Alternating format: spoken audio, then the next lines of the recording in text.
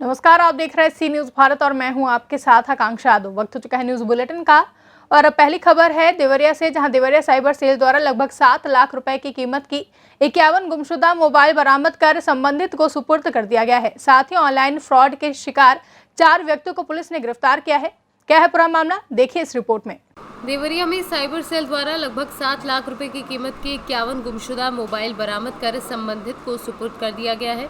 साथ ही online fraud के शिकार 4 व्यक्तियों का 3,04,200 रुपए वापस भी कराया है। देवरिया ने अथक परिश्रम करके 51 ऐसे व्यक्तियों का जिनका मोबाइल चोरी हो गया था और वो भिन्न ब्रांड के थे, अच्छे मोबाइल थे जो चोरी हो गए थे, उसको इस सेल ने प्रयास करके आज 51 लोगों के जो मोबाइल गुम हुए थे उन्हें वापस कराया है। सबके चेहरे खिल उठे हैं पुलिस के इस कृत्य से और सब ने इनकी तारीफ की है। इसके अलावा साइबर सेल ने 4 लोगों का जो रुपया उनके खाते से अवैध तरीके से निकल गया था 3,04,200, वो भी उनके खाते में वापस कराया है।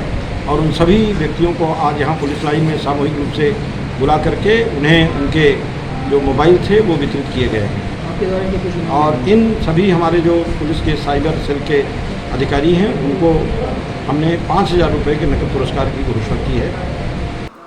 देवरिया से सी न्यूज संवाददाता दुर्गेश जायसवाल की रिपोर्ट। खबर गाजियाबाद की है, जहां थाना इंदिरापुर पुलिस ने एक ऐसे कैसीनो का भांडाफोड़ किया है जिसमें आपको किसी कैसीनो में जाने की जरूरत नहीं है। ये कैसीनो आपके मोबाइल पर ही खुल जाता है। पुलिस ने इस ऑनलाइन कैसीनो के 2 सदस्यों को गिरफ्तार किया है। क्या है पूरा मामला, देखिए इस रिपोर्ट में। गाजियाबाद के थाना इंदिरापुरम पुलिस ने एक ऐसे कैसीनो का भंडाफोड़ किया है जिसमें आपको किसी कैसीनो में जाने की जरूरत नहीं थी। ये कैसीनो आपके मोबाइल पर ही खुल जाता था। पुलिस ने इस ऑनलाइन कैसीनो के 2 सदस्यों को गिरफ्तार किया है, जिनके कब्जे से 3 लैपटॉप, 10 मोबाइल और लाखों की नकदी और अलग अलग बैंकों की पासबुक बरामद की है। पुलिस के मुताबिक पिछले 3-4 महीनों से ये लोग इस ऑनलाइन कैसीनो को चला रहे थे। इस ऑनलाइन कैसीनो का सरगना अमरीश है, जो अभी पुलिस की पकड़ से फरार है। पुलिस अमरीश और अन्य साथियों को जल्द गिरफ्तार करने की बात भी कह रही है। और किस तरीके से लोगों को अपनी जान कि पुलिस को मुखबिर के माध्यम से सूचना मिली कि थाना इंदिरापुरम क्षेत्र में विंसर कबाना सोसाइटी है, उसके फ्लैट के अंदर कुछ लोग हैं जो ऑनलाइन बैटिंग का धंधा चला रहे हैं। इस सूचना पे पुलिस ने जब वहाँ जाकर के जांच पड़ताल की तो वहाँ से 2 लोगों की गिरफ्तारी की गई है। उनके पास से 3 लैपटॉप और कुछ पासबुक रजिस्टर्स, इनके पास से कुछ 25-30 जो है पैन कार्ड, आधार कार्ड और भी IDs हैं, स्टैम्प्स हैं और भी कुछ ऐसे दस्तावेज़ बरामद हुए हैं जो इनके असली भी हैं और नकली भी साथ में हैं। तो कहीं ना कहीं ये डॉक्यूमेंट्स के साथ में भी फोर्जरी करना पाया गया है।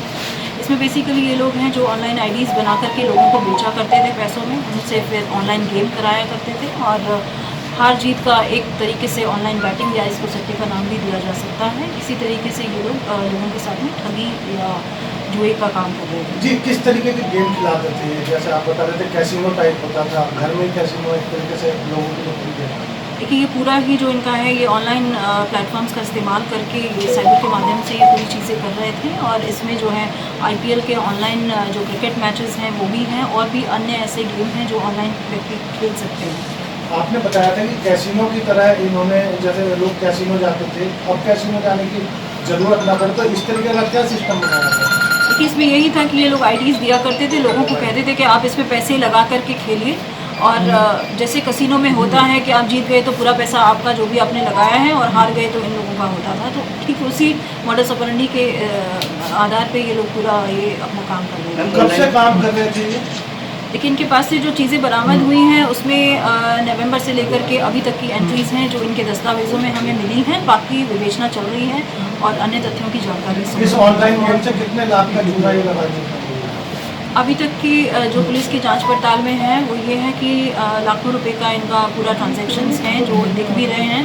डेली बेसिस पे भी इनकी लाखों की ट्रांजैक्शंस हैं जो इनके खुद के रजिस्टर्स जो पाए गए हैं उसमें एंट्रीज बाकी हैं। जांच पड़ताल आगे की जा रही है। जो भी इनके बैंक अकाउंट्स प्रकाश में आए हैं उनकी भी हम बैंक से जानकारी लेंगे। ये गिरोह कितना बड़ा है, इनके कितने साथी फरार हैं? देखिए, इसमें 2 लोग हैं जो तत्समय पुलिस द्वारा गिरफ्तार किए गए हैं। एक प्रमोद हैं और एक प्रवेश बिश्नोई हैं। बेसिकली ये लोग मेरठ के रहने वाले हैं। इसके साथ में पूछताछ में 3 अन्य लोग प्रकाश में आए हैं। अमरीश बिश्नोई जो इनके अनुसार मास्टरमाइंड हैं इस पूरे खेल के, और दूसरा भारत बंसल और एक ही अंकित गर्ग हैं। गाजियाबाद से सी न्यूज़ संवाददाता शहजाद खान की रिपोर्ट। खबर देवलिया चौकड़ी के पास व्यापारियों और तिलकवाड़ा पुलिस की है, जहां पुलिस द्वारा 5000 मास्क का वितरण किया गया है। क्या है पूरा मामला, देखिए इस रिपोर्ट में। आज रोज तिलकवाड़ा तहसील के देवलिया चौकड़ी के स्थानीय व्यापारियों और तिलकवाड़ा पुलिस के पीएसआई एमबी वसावा और अन्य स्टाफ द्वारा दंडी नहीं मास्क पहनो के नारे के साथ आने जाने वाले वाहन चालकों और राहगीरों को 5000 का मास्क का वितरण किया गया। गुजरात से सी न्यूज़ संवाददाता वसीम मेमन की रिपोर्ट।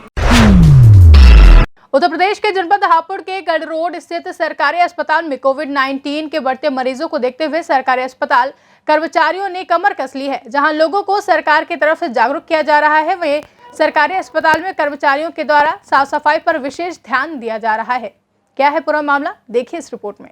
उत्तर प्रदेश के जनपद हापुड़ के थाना बाबूगढ़ क्षेत्र के बाबूगढ़ बछलौता रोड पर पिछले कई वर्षों से जलभराव व गंदगी से लोग काफी परेशान नजर आ रहे हैं। जहां लोगों का आरोप है कि पिछले 24 महीने से यहां पर जलभराव हो रहा है, तो उसी क्रम में आज सैकड़ों निवासी जिलाधिकारी कार्यालय पर पहुंचकर जिलाधिकारी अनुज सिंह को अवगत कराते हुए एक ज्ञापन सौंपा है, जिसमें मांग की है कि यहां से लगभग लाखों लोगों का आवागमन रहता है, जिस कारण यहां अक्सर दुर्घटनाएं अनेकों लोगों को झेलनी पड़ती है। हम इस सड़क को बनवाने की मांग करते हैं ताकि सड़क के द्वारा हो रही दुर्घटनाओं से निजात मिल सके। जितेंद्र कुमार शर्मा। तो ये ट्रॉलियाँ जो भरकर जा रही हैं कहाँ जा रही हैं? ये डीएम ऑफिस। किस लिए? 24 महीने हो गए, रास्ता जो है टूटा पड़ा है, नालों की सफाई नहीं है, प्रशासन सुनिएगा, इधर चेयरमैन सुन रहा है, ना ही जो है प्रशासन। अब से पहले कितनी बार शिकायत कर चुके हो? कम से कम 5-6 बार तो यहाँ मंदिर से। हापुड़ से सी न्यूज़ संवाददाता रुस्तम सिंह की रिपोर्ट। इंदौर के रविंद्रनाथ गृह में गुरुवार को कलेक्टर ने पुलिस प्रशासन, नगर निगम और अन्य विभागों के अधिकारियों की बैठक की है, जिसमें इस बैठक में मास्क को सुनिश्चित किए जाने के संबंध में जानकारी दी गई है। इंदौर के रविंद्रनाथ गृह में गुरुवार को कलेक्टर ने पुलिस प्रशासन, नगर निगम और अन्य विभागों के अधिकारियों के साथ बैठक की, जिसमें इस बैठक में मास्क को सुनिश्चित किए जाने के संबंध में जानकारी ली गई, जिसमें नगर निगम के अधिकारी भी बैठक में मौजूद रहे। वहीं इस बैठक में कलेक्टर मनीष सिंह और डीआईजी मनीष कपूरिया भी मुख्य रूप से मौजूद रहे। बैठक में तय किया गया कि बिना मास्क वालों को जेल भेजने की कार्रवाई की जाएगी। कि बार बार समझाइश के बावजूद भी और चालानी कार्रवाई के बावजूद भी कुछ लोग मानने को तैयार नहीं हैं, तो कल जिला दंडाधिकारी के आदेश पर 500 से अधिक लोगों को इंदौर पुलिस के द्वारा गिरफ्तार किया गया, जिनके संबंधित एसडीएम साहिबान ने जेल वारंट बनाए और उनको सिविल जेल में दाखिल किया गया, और ये प्रक्रिया सतत जारी रहेगी। जब पुलिस प्रशासन या नगर निगम के लोग देखते हैं, घूमते हैं, तो एक और चीज़ देखने को मिलती है कि जो दुकानदार हैं, जो ठेले वाले हैं, वो अपना मास्क नीचे उतार लेते हैं। जैसे ही नगर निगम को, पुलिस को, प्रशासन को देखते हैं, वो वैसे ही अपना मास्क ऊपर चढ़ा लेते हैं। ये बहुत ही गैर जिम्मेदाराना व्यवहार है। इसके लिए कल से, चूँकि आज दुकानें बंद हैं, आज तो किसी का हम त्योहार नहीं खराब करना चाहते, हम नहीं चाहते कि किसी की रोजी रोटी का नुकसान हो, सभी लोग अपना अच्छे से जीवन यापन करें, लेकिन इस प्रकार का गैर जिम्मेदाराना व्यवहार न केवल उनके स्वास्थ्य के लिए बल्कि समाज के स्वास्थ्य के लिए हानिकारक है और चिंताजनक है। तो इस प्रकार का जो गैर जिम्मेदाराना व्यवहार करेंगे, कल से हम सिविल में अपने आदमियों को भेजेंगे, ग्राहक बना के भी भेजेंगे, रूटीन में भी भेजेंगे मोबाइल लेकर, और जो भी दुकानदार, जो भी ठेले वाला बिना मास्क का मिलेगा, उन सब के विरुद्ध इसी प्रकार सिविल जेल की कार्रवाई करेंगे। और फिर से मैं बताना चाहता हूं कि चूंकि वर्तमान में जो चुनौतीपूर्ण परिस्थितियां इंदौर के सामने हैं, हम सबका कर्तव्य है कि हम जिम्मेदारी का परिचय दें, ऐसा कोई कार्य व्यवहार ना करें जिससे हम इस स्थिति को और ख़राब करने में अपनी सहभागिता करें। आज हम सबकी जिम्मेदारी है कि खुद बचें, दूसरों को बचाएं। एक और मैं आप सबके माध्यम से एक चीज़ और कहना चाहूँगा कि बड़े ही अफसोस की बात है कि प्रशासन को वैक्सीन लगाने के लिए प्रेरित करना पड़ता है, लोगों से मनोहर करना पड़ रही है। अरे हम भारतवासी किस्मत वाले हैं, इंदौर वासी किस्मत वाले हैं। आज की स्थिति में इवन सभी जगह मध्य प्रदेश में नहीं, इंदौर में वैक्सीन अवेलेबल है, इंदौर में वैक्सीन अवेलेबल, प्रशासन तैयार है, उसके बावजूद लोग नहीं आ रहे। और दूसरी तरफ देश दुनिया में छोड़ो, अपने यहाँ बहुत सारी जगह हैं जहाँ पे लोग वैक्सीन के लिए तरस रहे हैं। तो मेरा सबसे आग्रह है कि कृपया खुद आगे आएं। आज के समय दो ही बचाव हैं, स्थायी वैक्सीन, अस्थायी मास्क, और दोनों ही आपके पास सुलभता से उपलब्ध हैं। आगे आएं, वैक्सीन लगवाएं, खुद बचें, दूसरों को बचाएं। इंदौर से सी न्यूज संवाददाता सुरेश बैरागी के साथ रेखा बैरागी की रिपोर्ट। फिलहाल के लिए न्यूज बुलेटिन में बस इतना ही। देश और दुनिया की तमाम बड़ी खबरों के लिए देखते रहें सी न्यूज भारत।